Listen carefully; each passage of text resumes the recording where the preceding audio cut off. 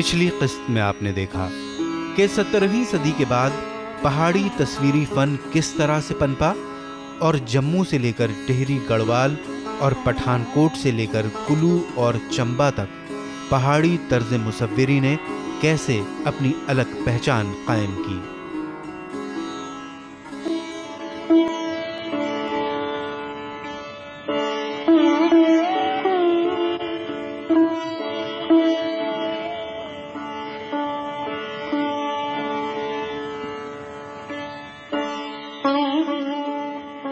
हिंदुस्तानी painting के बेहतरीन नमूनों का बहुत बड़ा हिस्सा दक्कन के पुरस्कार सुल्तान के दौरे हुकूमत में 16वीं और 17वीं सदी के दौरान सामने आया। मिनिएचर पेंटिंग की तर्ज जो दक्कनी सल्तनत के दौरान फला फूला, उसे दक्कनी मिनिएचर के नाम से जाना जाता है।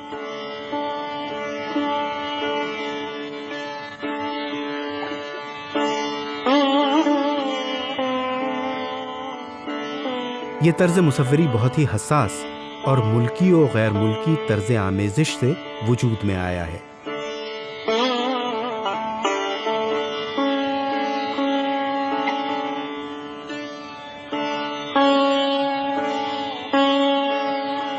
ये तस्वीरें जहां विजयनगर की वॉल पेंटिंग से गहरी ममासलत रखती हैं, वहीं फूलों की टहनियों का पस मंजर वसीओ अरीज उफ़क़ की मंजरकशी में फारसी असरात भी रखती हैं।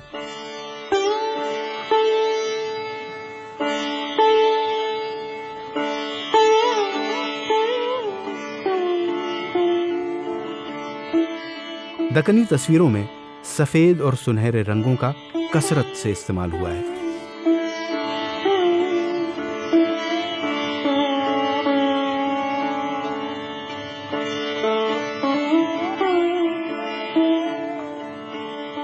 अर्ली 14th सेंचुरी में ये मोहम्मद बिन तुगलक वगैरह का ज़माना है। वहाँ पे दक्कन में एक बहमनी सल्तनत इस्टेब्लिश होती है, यानी पूरा दक्कन का इलाका अब दिल्ली सल्तनत से आज़ाद हो जाता है। अब वो ये मामला तकरीबन 100 साल चलता है। उसके बाद वो बहमनी सल्तनत भी 4-5 दक्कनी सल्तनत में मर्ज होती हैं। वो बहुत पावरफुल दक्कनी सल्तनत होती हैं, जिसमें बीजापुर, गोलकुंडा, बीदर, खानदेश ये सब मशहूर रही हैं। और उन्होंने अपने पावर को लेजिटिमाइज़ करने के लिए once again art, historical objects, किलों को, गेट्स को, पुराने जो चोला चालुक्य पुरानी जो सल्तनतें थीं, जो किंगडम्स थीं, उनके जो रिमेन्स थे, उनकी जो एंटीक पीसेस थीं, उनको ला करके दोबारा यूज़ किया है 15th-16th सेंचुरी में अपने पावर को लेजिटिमाइज़ करने के लिए। तो वहाँ पे उन्होंने बहुत पॉलिटिकल स्टेबिलिटी, एक्सीलेंस जो उनके लिटरेचर में देखने को मिलता है, उनके आर्किटेक्चर, पेंटिंग में देखने को मिलता है। दक्कनी स्कूल जो है ना, इन सारे स्कूलों से बिल्कुल अलग है, क्योंकि दक्कन में जो पेंटिंग का ट्रेडिशन है वो मुग़लों के आने से पहले शुरू हो गया था। और दक्कन के रिलेशन जो थे ना एबिसिनिया से और यूनान से और सीरिया से, इन सब से उनके पास पहले से थे। तो वहाँ से बहुत आर्टिस्ट पहले आ गए। तो शुरू का जितना दक्कन आर्ट है वो, उसमें पर्शियन आर्ट है, उसमें सीरियन आर्ट है, उसमें सेंट्रल एशिया का आर्ट का इफ़ेक्ट बहुत नज़र आता है। और आगे तक 18th सेंचुरी तक आते आते वो थोड़ा इंडियनाइज ज़रूर हुआ है, मगर मोस्टली सारा आर्ट जो है वो पर्शियन से ही डोमिनेटेड है। जो पावर है, जो शक्ति है उसकी दक्कनी आर्ट की, वो है उसकी बैकग्राउंड बड़ी जीवंत ली है। थीम कहीं से भी लाए हों, लेकिन बड़े खूबसूरत पेड़ वगैरह बनाए हैं, बड़े एलॉबरेट पेड़ बने, पहाड़ बने, बहुत सारे जो बैकग्राउंड का नज़रिया है बहुत अच्छा है, बहुत अलग है। तो उसी से है। और दूसरा ये कि फिगर्स बड़ी जीवंत हैं। 17वीं सदी के बाद शुमाल के मुगल स्कूल और दक्कनी स्कूल ने जुज़वी तौर पर एक दूसरे से असर कबूल करना शुरू किया।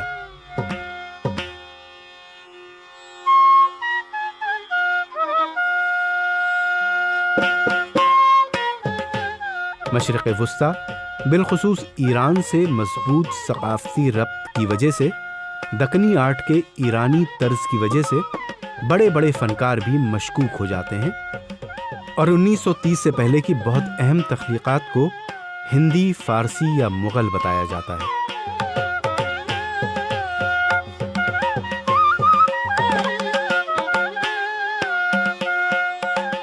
अहमदनगर, गोलकुंडा और 18वीं सदी के दौरान औरंगाबाद और हैदराबाद अहम मराकज़ थे।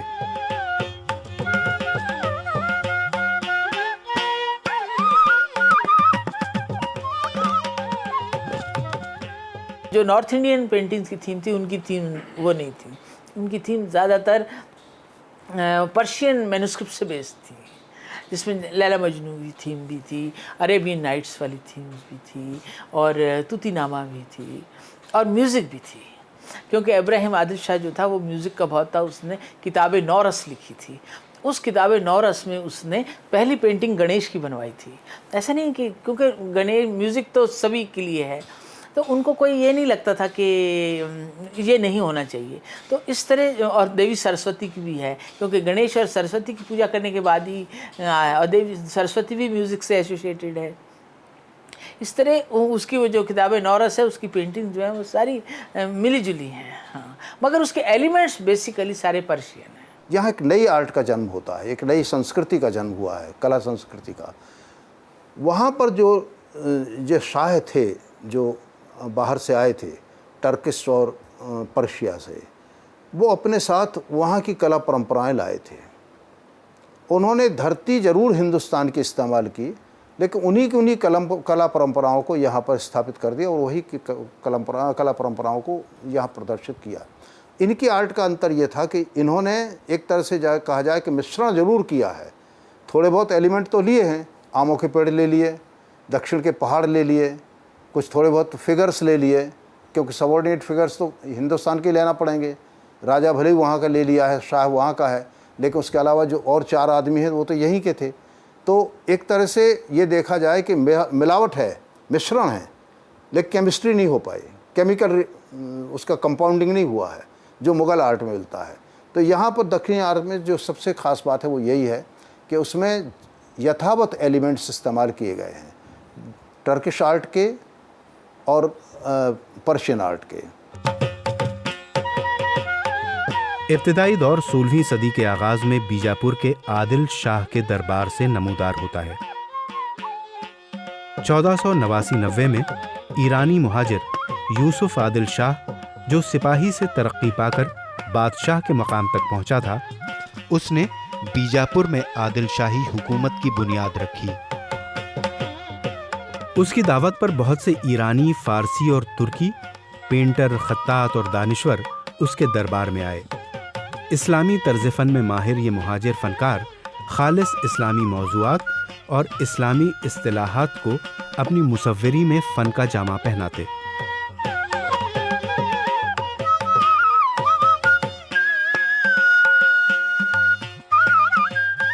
इन इस्लामी मुसव्विरों का फ़न सिर्फ मतनी नक्शो निगार तक महदूद था। नीले, लाल और गुलाबी दक्कन के मुंतखब रंग थे, जिन्हें काफ़ी सराहत के साथ इस्तेमाल किया गया था।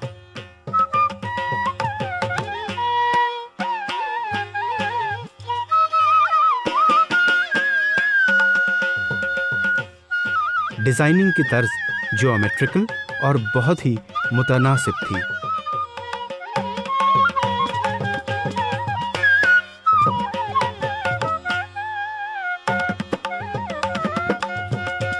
अपने स्टाइल और फ़नी खुसूसियात में ये तख्लीक़ात दक्कन के साबिक़ा दीवारी रिवायत से मुख्तलिफ थीं और मुग़लिया हिंदुस्तान के दूसरे इलाक़ों के मिनिएचर से बिल्कुल मुनफरिद और नुमायाँ शिनाख्त की हामिल थीं।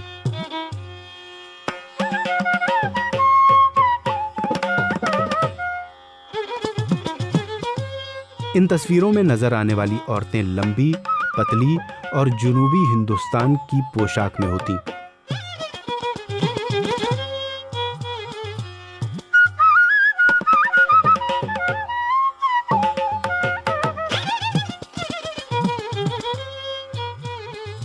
सुनहरे रंगों का इस्तेमाल, फूलों के पौधे और ताज की चोटी पर गुलकारियां फारसी रिवायत से अख्ज़ की गई थीं।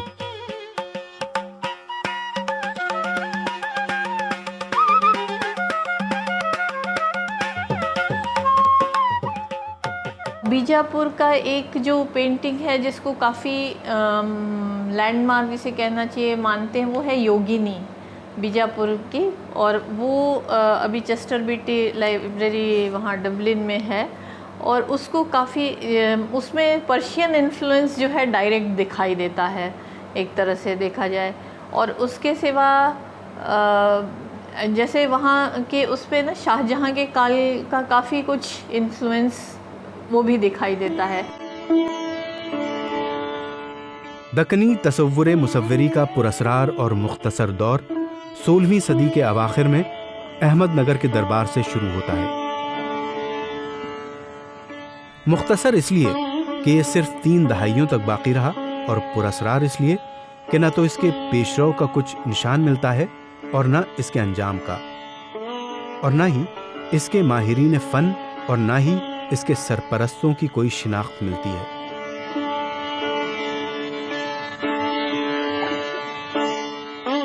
कुछ तारीखी मखतूतें हैं जो इसकी कुल कायनात हैं, और इसे क्लासिकी दौर से कब्ल का दबिस्तान कहा जा सकता है।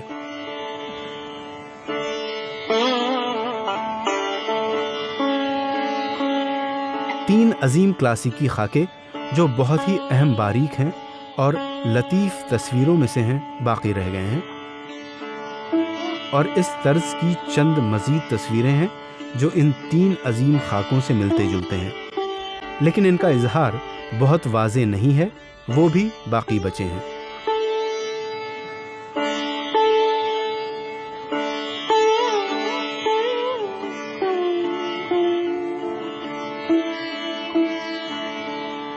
ये फ़न्नी नमूने सिर्फ उस फ़न्नी बसीरत पर रोशनी डालते हैं जिसे 1600 में मुग़लों ने अपनी फतूहात में ख़त्म कर दिया था। ऐसा फ़र्ज़ किया जा सकता है कि अहमदनगर से असली मुसव्विरों की तख्लीक़ात इन बची हुई तख्लीक़ात से बहुत ज़्यादा थीं जो तारीख़ी तब्दीली की नज़र हो गईं।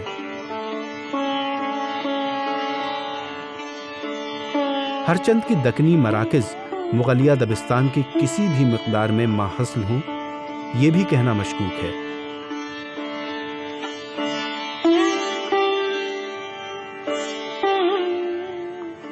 इस वक्त निज़ाम शाही ख़ानदान बरसर इक़्तिदार था, और 3 सुल्तान हुसैन और इसके बेटे मुर्तज़ा अव्वल और बुरहान दोयम बड़े ही फ़य्याज़ सरपरस्त थे।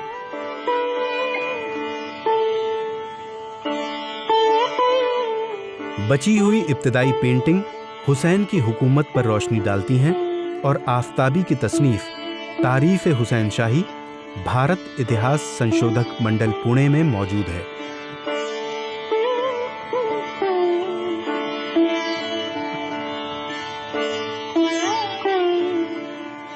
अहमदनगर एक ऐसी डायनेस्टी थी जो 3 डायनेस्टीज थी दक्षिण की, जहाँ पर आर्ट बनी है।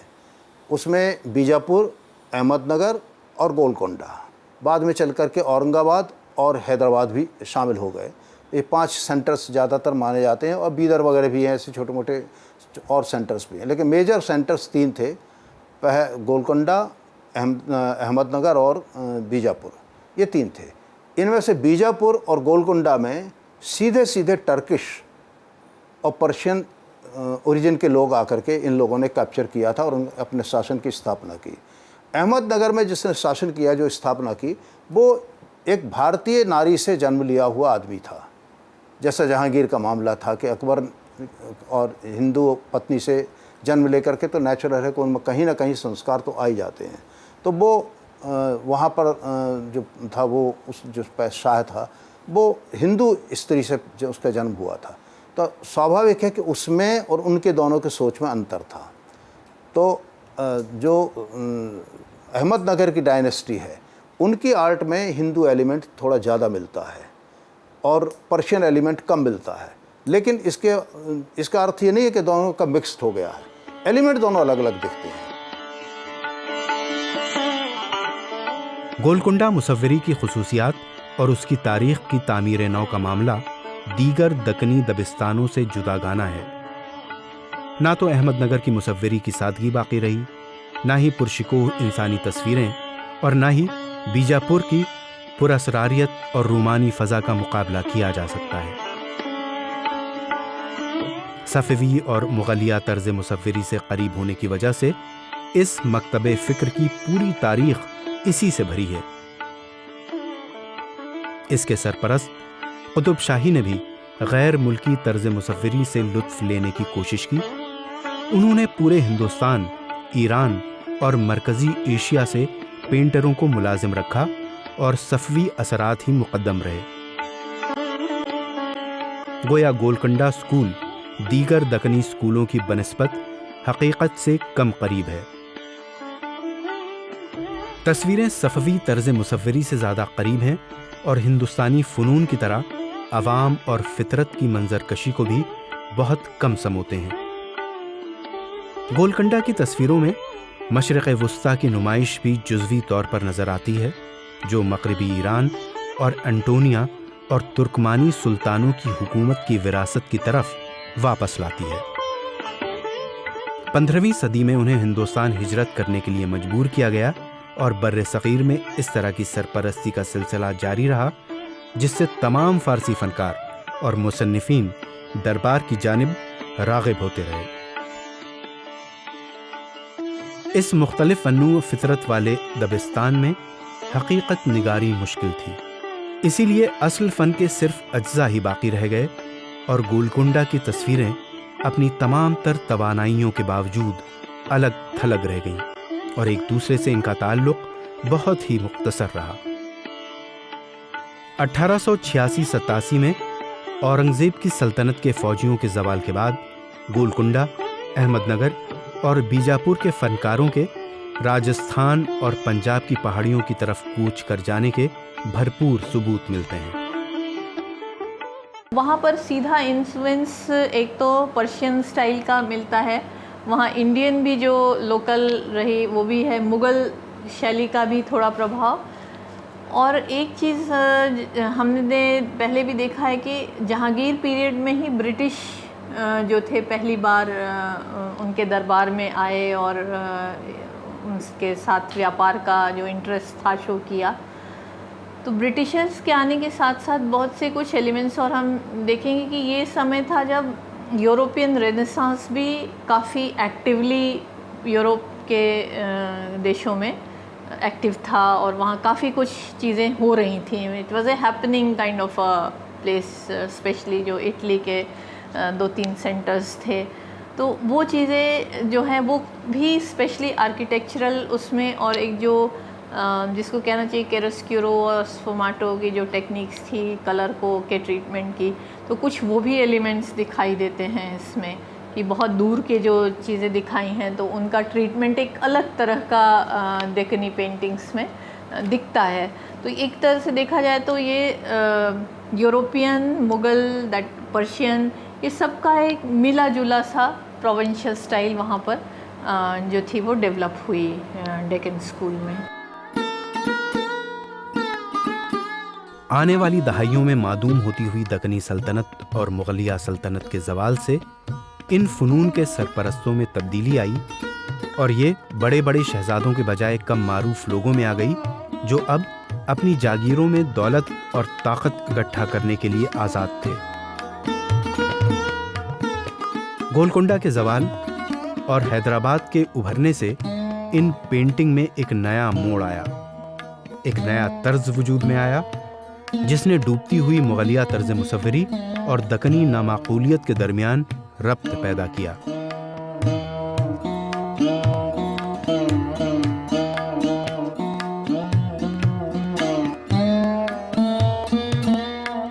ज़्यादातर मौज़ूआत संजीदगी से पेंट किए जाते, लेकिन भड़कीले रंग और शक्ल तसव्वुर में पेश किए जाते, जिससे फ़नकारों के राह फरार की नुमाइश सामने आ जाती।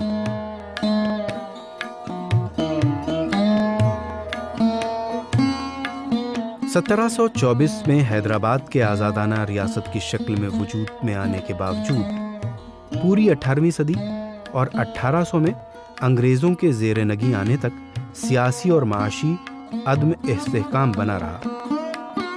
इन मुश्किल औक़ात ने दक्कनी मुसव्विरी को मुंतकिल कर दिया। 18वीं सदी में इस्लामी हुक्मरानों के ज़वाल से दक्कनी फ़नकारों ने मुसव्विरी को औरतों के जिस्म के ख़त्तो-ख़ाल और शहजादियों और तवाइफों के मनाजिर से आशना कर दिया।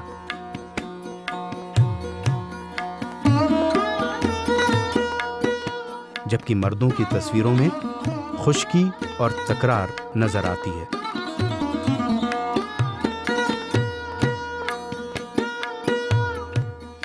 कुछ जो है वो पेंटिंग्स जो हैं वो काफ़ी जानी मानी हैं, और स्पेशली वो एक चांद बीबी पोलो खेलते हुए है, या फिर इस तरह के सीन्स उन्होंने डेली लाइफ के ही जो है दिखाए हैं उसमें भी। और इवन जैसे गोलकोंडा फोर्ट का भी वो है, क्योंकि वहाँ तो वहाँ से ही वहाँ के ही कोर्ट से रिलेटेड जो एक्टिविटीज़ थी basically they have followed the same.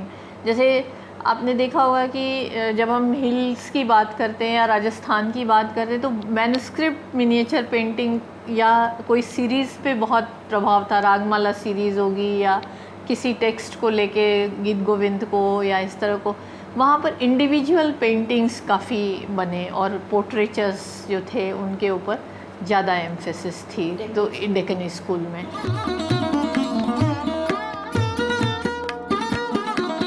इन फनून की सरपरस्ती के लिए बेशतर शहजादों को माली मुश्किलात का सामना था, फिर भी कुछ अहम पेंटिंग सामने आई, खास तौर से सूबाई मराकज़ में, जहां फनकारों ने हैदराबाद से ज़्यादा असल पर जोर देते हुए काम किया और मराठा हुक्मरानों के दरबारों में भी, जो दसियों साल से मुगलों से गुरिल्ला लड़ाई लड़ रहे थे।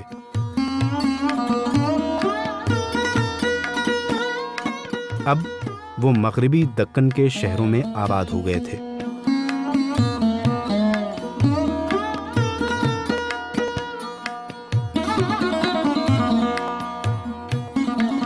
आज की किस्त में आपने देखा दक्कनी तस्वीरों में सफ़ेद और सुनहरे रंगों का कसरत से इस्तेमाल हुआ है कि दक्कनी मुसव्विरी बहुत ही हसास और मुल्की और गैर मुल्की तर्ज आमेज़िश से वजूद में आया। ये तस्वीरें विजयनगर की वॉल पेंटिंग से गहरी मसामलत रखने के साथ साथ फूलों की टहनियों के पस मंज़र, वसीओ अरीज़ उफ़क़ की मंजरकशी में फ़ारसी असरात भी रखती हैं।